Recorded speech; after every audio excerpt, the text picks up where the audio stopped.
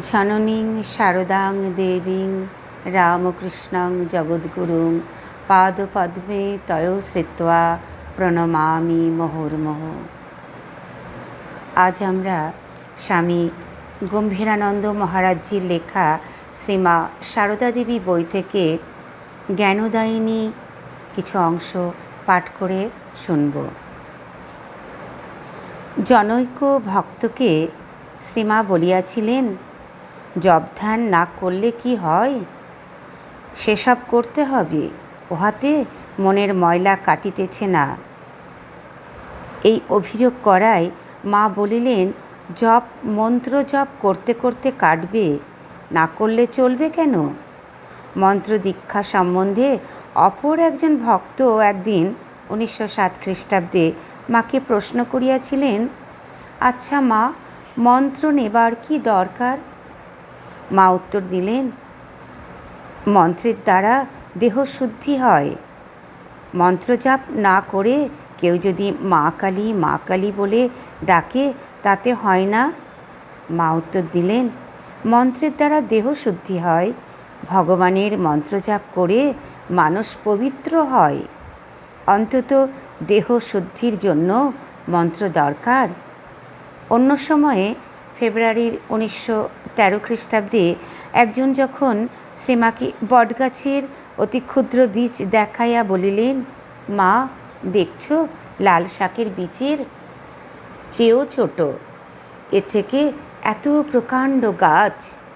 মা তখন বললেন, তা হবে না, এই দেখো না ভগবানের নামের বীজ কতটুকু, তা থেকেই কালে ভাব, ভক্তি, প্রেম এসব কত কি হয়। জনৈক ভক্ত অপ্রকৃতস্থ হইয়া শ্রীমাকে জপের মালা প্রত্যর্পণ করিয়াছিলেন। তিনি মন্ত্র ফেরত দিয়াছিলেন কিনা এক ত্যাগী ভক্ত জানিতে চাইলে শ্রীমা উত্তর দিয়েছিলেন, তা কি কখনো হয়? এ সজীব মন্ত্র, ও কি ফেরত হয়? যে মন্ত্র একবার পেয়েছ, মহামন্ত্র, যার যে গুরুর ওপর একবার ভালোবাসা হয়েছে, তা কি কখনো যায়?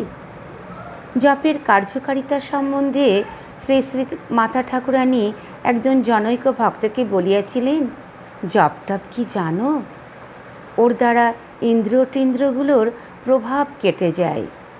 আর একদিন তিনি বলিয়াছিলেন, জপ ধ্যান সব যথাসময়ে আর আলস্য ত্যাগ করে করতে হয়। অন্যান্য সময়ে বলিয়াছিলেন, রোজ 15-20 হাজার জপ করতে পারে তাহলে হয়, আগে করুক, না হয় তখন বলবে, তবে একটু মন দিয়ে করতে হয়। তা তো নয় কেউ করবে না, কেবল বলে কেন হয় না। কাজকর্ম করবে বই কি, কাজে মন ভালো থাকে, তবে জপ ধ্যান প্রার্থনাও বিশেষ দরকার। অন্তত সকাল সন্ধ্যায় একবার বসতেই হয়। ওটি হলো যেন নৌকার হাল। সন্ধ্যাকালে একটু বসলে সমস্ত দিন ভালো মন্দ কি করলাম না করলাম তার বিচার আসে। তারপর গতকালের মনের অবস্থার সঙ্গে আজকের অবস্থার তুলনা করতে হয়। পরে জপ করতে করতে ইষ্টমূর্তির ধ্যান করতে হয়।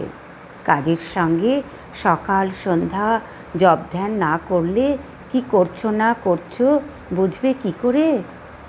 জপ ধ্যানের একটা নিয়মিত সময় রাখা খুব দরকার। আবার বিশেষ অধিকারীকে তিনি সর্বদা স্মরণ মনন করতে বলতেন। 1919 খ্রিস্টাব্দের এপ্রিল মাসে শ্রীমা যখন কোয়ালপাড়ায় ছিলেন, তখন জনৈক ভক্ত দীক্ষার পর বাড়ি ফিরিবার সময় জিজ্ঞাসা করিলেন, মা উপায় কি? ঘরের কুলজিতে ছোট একটি ঘড়ি ছিল। মা ওহা দেখায়া বলিলেন, ওই ঘড়ি যেমন টিকটিক করছে, ঠিক তেমনি নাম করে যাও, তাতেই সব হবে, আর কিচ্ছু করতে হবে না। জয় মা, জয় ঠাকুর, জয় স্বামীজি, প্রণাম।